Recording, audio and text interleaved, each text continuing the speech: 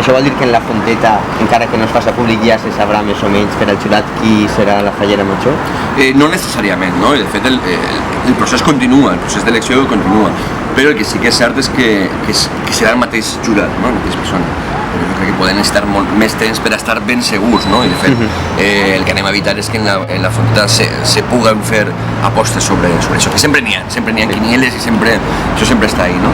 Però el que volem en tot cas és que les xiques, que el jurat tinga el major temps possible per a conèixer millor i estar molt segur d'aquesta elecció.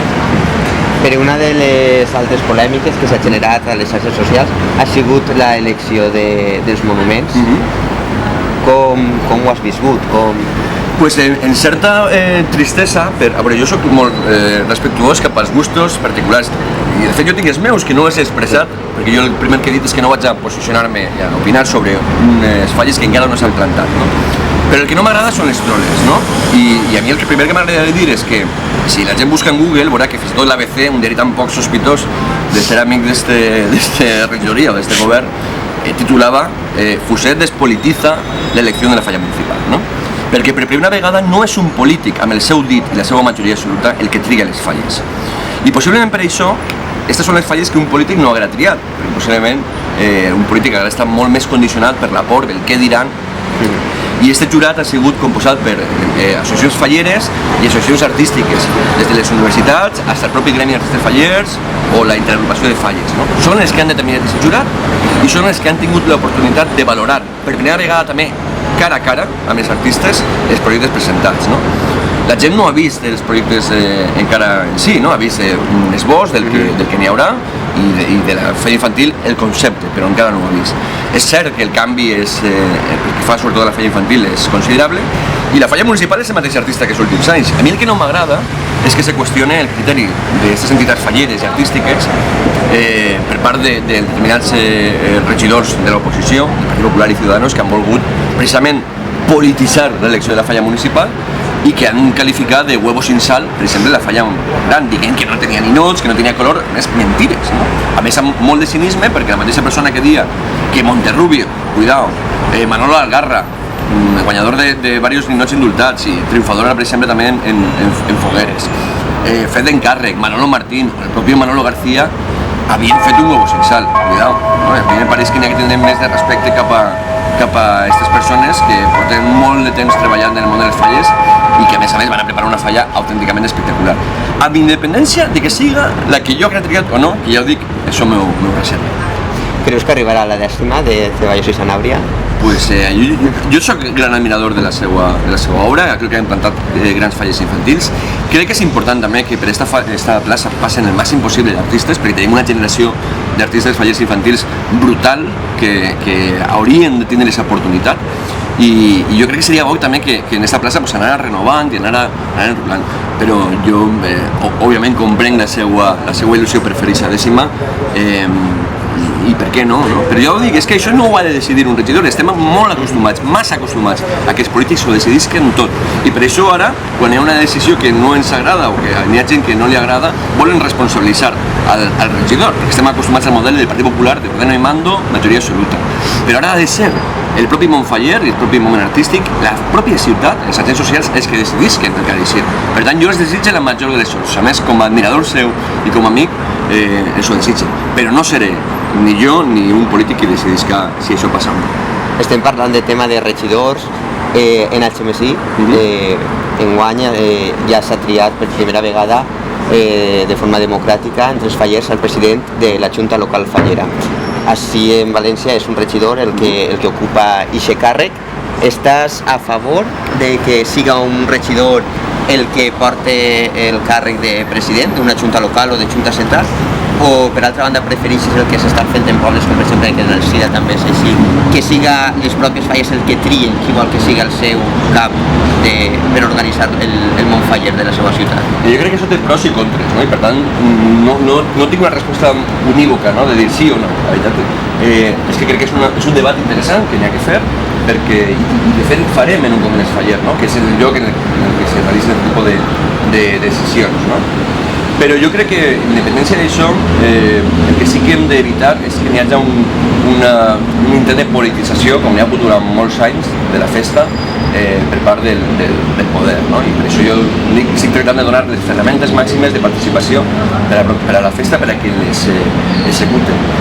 Però això, com dic, té pros i contres, no? No és una resposta molt senzilla, haurà de ser un debat que fem en el propi Congrés Faller, i bueno, d'ahir pues, deixarem que sigui el propi Montfaller que ho decidisca.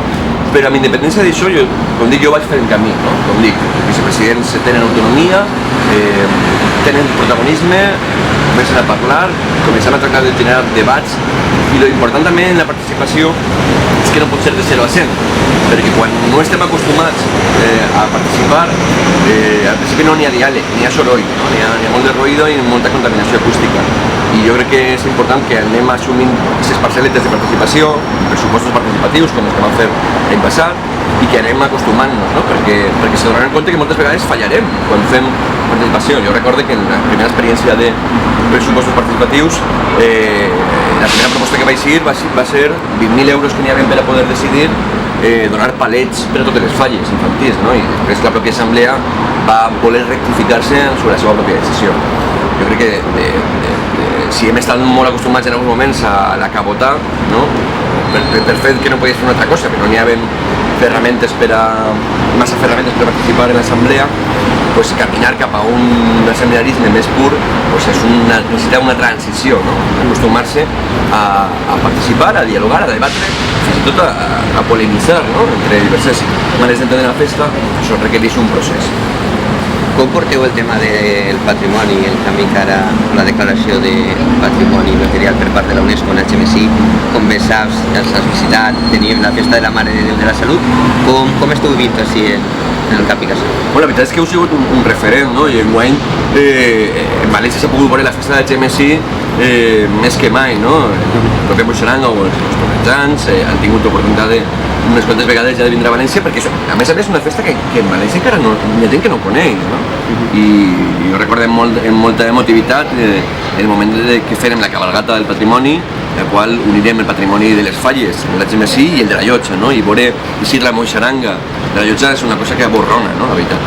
El treball està fet, la UNESCO ja té la seva candidatura, la candidatura, i ara és el moment molt interessant, que és el de difondre, no? Jo crec que una de les millors coses d'aquesta candidatura és el camí cap a ella.